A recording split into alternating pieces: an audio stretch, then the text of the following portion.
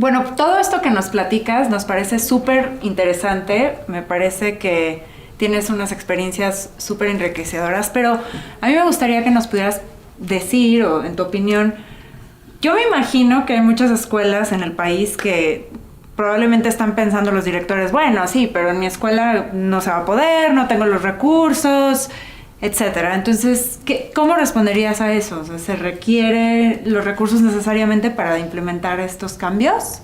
¿Se requieren muchos recursos? No, yo creo que, creo dos cosas con profunda convicción. Que el recurso más importante que se requiere es la empatía, de la que ustedes también hablaban, porque el recurso más importante es animarse a hacer las preguntas y a construir las respuestas. Y para eso cada escuela habrá de identificar sus dispositivos y sus mecanismos. Hay algunas experiencias compartidas que sabemos que funcionan. Preguntar con otros, mezclar a los actores de la comunidad escolar para que entonces sea más rica la mirada, no estemos siempre hablando los mismos de lo mismo y quejándonos los mismos de lo mismo, sino poder problematizar esa pregunta, buscar otros interlocutores. Todo eso no requiere muchos recursos, simplemente requiere la capacidad de preguntar y buscar dispositivos para escucharnos y construir alternativas. Pero también tengo que decir con convicción profunda que sí, yo considero que la educación pública requiere recursos y que en eso, bueno, siempre estaremos todos trabajando para eso, ¿no? Yo escuché también ahí en la conversación esta parte de que todos se pregunten la misma pregunta, ¿no? ¿Qué nos dices sobre eso, Lila? ¿Es un recurso eso también? Compartir la visión de qué es lo que queremos hacer en la escuela es un gran recurso. O sea, a mí me parece que ha sido un error reiterado de ciertos modelos de planeación estratégica imponer visiones, ¿no? O suponer que se consensúan visiones de una forma, pues, pseudo participativa. Yo creo que las visiones, pasan las dos cosas con las visiones. Las visiones se comparten en diálogos. Yo siempre digo que la mejor metáfora, bueno, una de las metáforas para describir qué hace un director, yo digo que el director es un intermediario de conversaciones.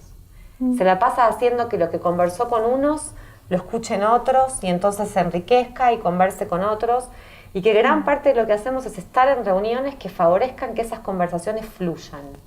Eso hace que las visiones se compartan.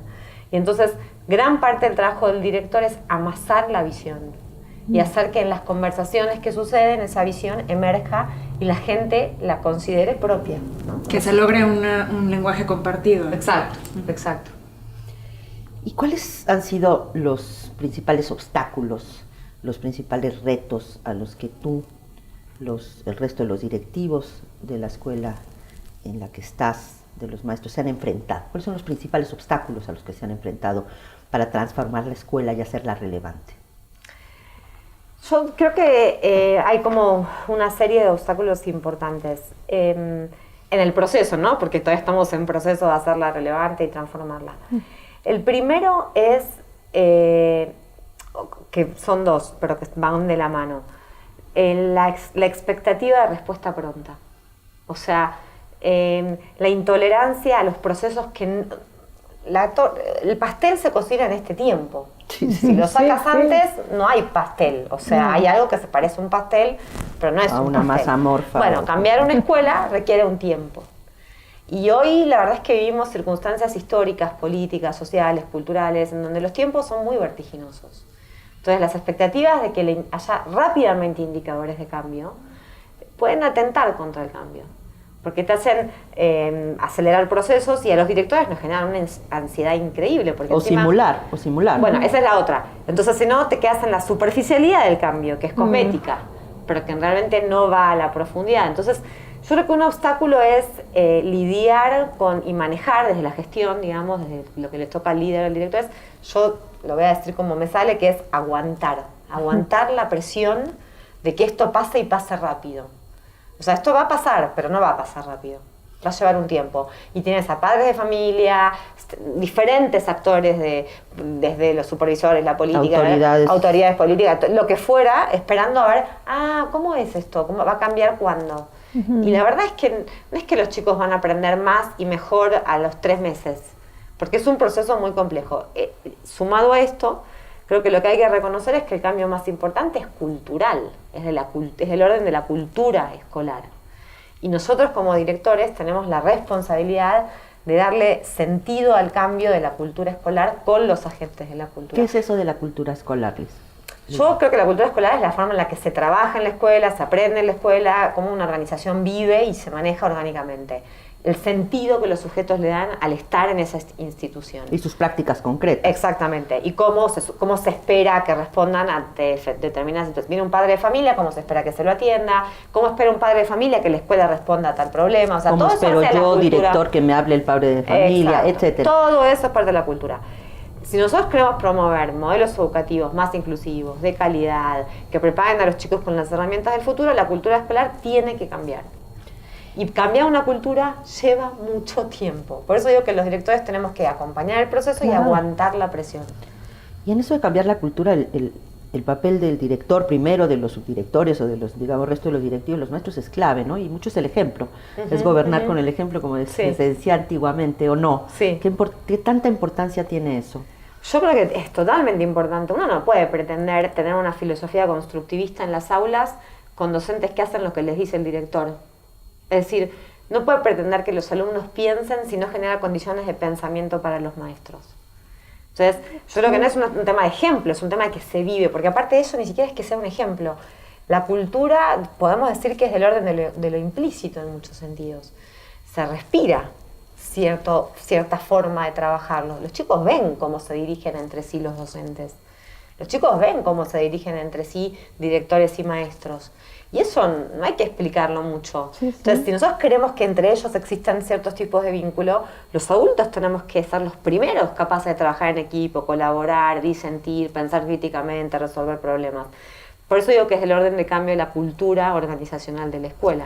Y relacionado con eso, ¿qué tanto has enfrentado en este proceso de cambio, en esta escuela en México, que diriges actualmente, como un obstáculo a la resistencia al cambio por parte de diferentes actores escolares?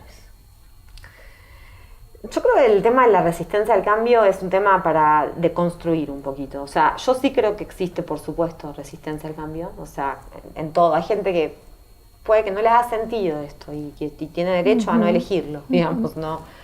Pero yo creo que a veces se sobreevalúa la resistencia, digamos, se le da un peso muy importante, cuando en realidad lo que creo que muchas veces pasa, y lo leí en un libro, creo que de Michael Fullan, que habla mucho del tema del cambio educativo, que la gente no, en general, la gente no se resiste a cambiar, se resiste a ser cambiada.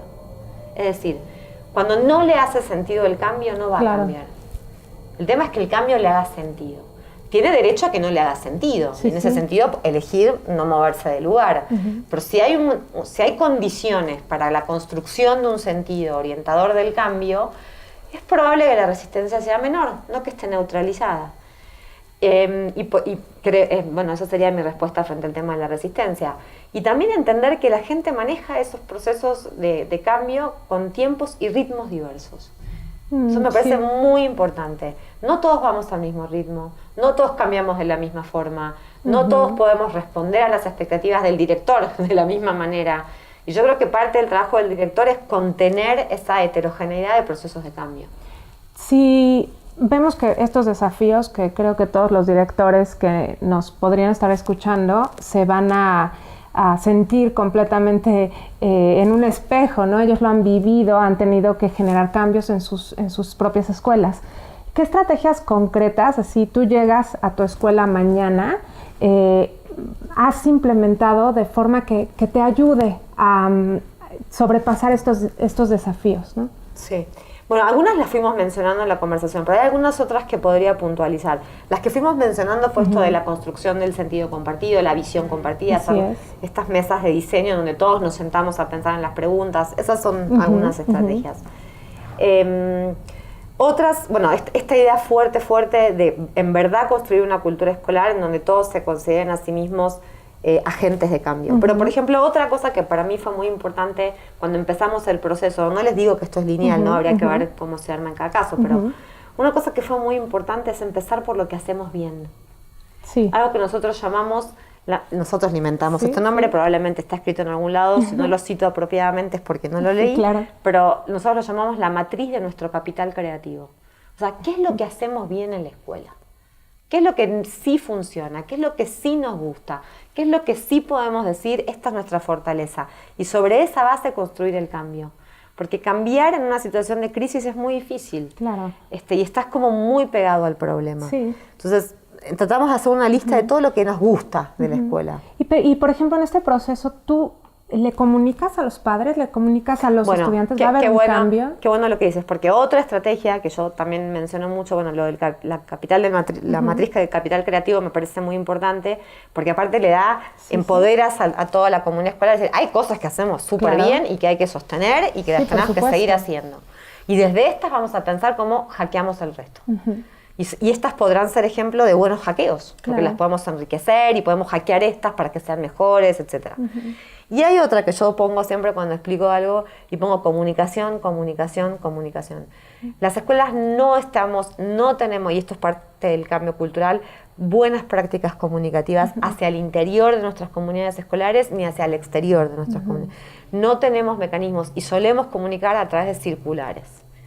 En la cultura digital, en el contexto histórico que estamos viviendo, las circulares no solo no alcanzan, pueden ser contraproducentes. Sí. Y esto tiene que ver con uno de los retos del cambio. Es muy difícil acompañar un proceso de construcción de una escuela diferente cuando no tienes modelos para visualizar. Nosotros sabemos que queremos una escuela distinta, pero no tenemos un referente claro de cómo se ve esa escuela distinta. Realmente, ¿cómo es un día hackeado en la escuela? Entonces, la construcción de imágenes mentales que ayuden a los maestros a imaginarse a sí mismos en un espacio que no es un aula, por ejemplo, haciendo algo que no es dar una clase. Eso es un reto enorme. Visualizar esas prácticas que aún no existen, pero que queremos construir, es un gran reto. Y comunicar es un reto. Por ejemplo, nosotros en la escuela, aprovechando las tecnologías digitales que todos tenemos, celulares, etcétera, documentamos muchas cosas de lo que pasa, filmamos muchos videos y tratamos de comunicarnos a través de las redes, digamos, o de otros mecanismos, pero todos digitales, con mucho lenguaje audiovisual. Y esto, de verdad, no necesitas tanto recurso. Cualquiera de nosotros puede filmar un video en un celular. Todas las escuelas tienen grupos de WhatsApp. Si empezamos a encuadrar esto en una comunicación institucional con ciertos criterios y ciertas reglas, puede revolucionar la manera de comunicar un cambio. Claro. Y por ejemplo, ustedes empezaron, como entendí un poco, es enfocándose en lo positivo, qué es lo que hacen bien, y como festejándolo también, y trabajar más en ese tema, y después eventualmente llegaron al punto en el que, por ejemplo, bueno, ok, también hay que fijarnos en estos detalles que hay que mejorar. Así. Nosotros construimos este modelo de queremos hackear estas 5 dimensiones, nuestro lema es queremos transformar cómo se vive la escuela. Queremos transformar la experiencia escolar, es decir, el tiempo, el espacio, todo esto. Pero para hacerlo necesitamos agarrarnos de algo que conocemos, porque es muy difícil decir, de repente voy a... ¿no? Me voy a convertir en otra cosa. Este proyecto es convocante, este proyecto estimula a los alumnos, este proyecto reúne condiciones del tipo de pedagogía que queremos en la escuela. Vamos a ver cómo lo enriquecemos a través de algunos hackeos. Y con eso fuimos modelando otros en paralelo. Entonces creo que fue así, no fue lineal, fue como en paralelo. Lo que sí seguro hicimos es buscar ejemplos de lo que queremos y de lo que ya existía. Ya teníamos proyectos interdisciplinarios, no es que no existía ninguno, nada más que tal vez no tenían la visibilidad que necesitaban. Comunicación, no tenían la voz que necesitaban para ser como testimonio del cambio que queríamos. Entonces buscamos buenos testimonios, los enriquecimos, les dimos voz y empezamos ahí como que a inspirar a otros, ¿no? Este tema es clave, esto de poderte imaginar cómo quieres ser, irlo amueblando y que cada vez pueda ser más claro eso a lo que estoy aspirando, porque si no, híjole, toda esta transformación que es costosa, que implica, ¿no?, salir de tus rutinas mentales, casi emocionales, de vínculos, de cómo tienes el conocimiento o su transmisión, es difícil. Y si no tienes como una tierra prometida, un lugar de llegada que te inspire y que además sea un punto focal, para usar ese lenguaje, un foco compartido, se vuelve muy difícil. Déjame terminar esta entrevista extraordinaria, esta conversación extraordinaria con Lila Pinto. ¿A ti qué te motiva para este proceso? ¿Qué está abajo para la persona? ¿Sí? Para hacer lo posible, para levantarte cada día y decir, sí, quiero transformar esta escuela. Yo sigo creyendo, bueno, mi formación, yo soy pedagoga y toda mi carrera ha sido en el ámbito de la educación y creo que elegí esta vocación porque sigo creyendo, aunque esté muy cuestionado, que la educación es un vehículo de transformación y justicia social. Y quiero creer que desde donde te toque en la educación, fui maestra, estuve en diferentes lugares de la escuela y hoy la escuela, como sabemos, está siendo reconocida como una institución que requiere profundas transformaciones y lo hemos dicho, irrelevante. Yo creo en la escuela. Yo creo que la escuela cumple una función social fundamental en nuestras sociedades. Y sí creo que las tenemos que transformar para que lo sigan haciendo. Me inspira esta convicción profunda de que la educación es un vehículo de justicia social. Muchísimas gracias, Lila. Gracias. Gracias.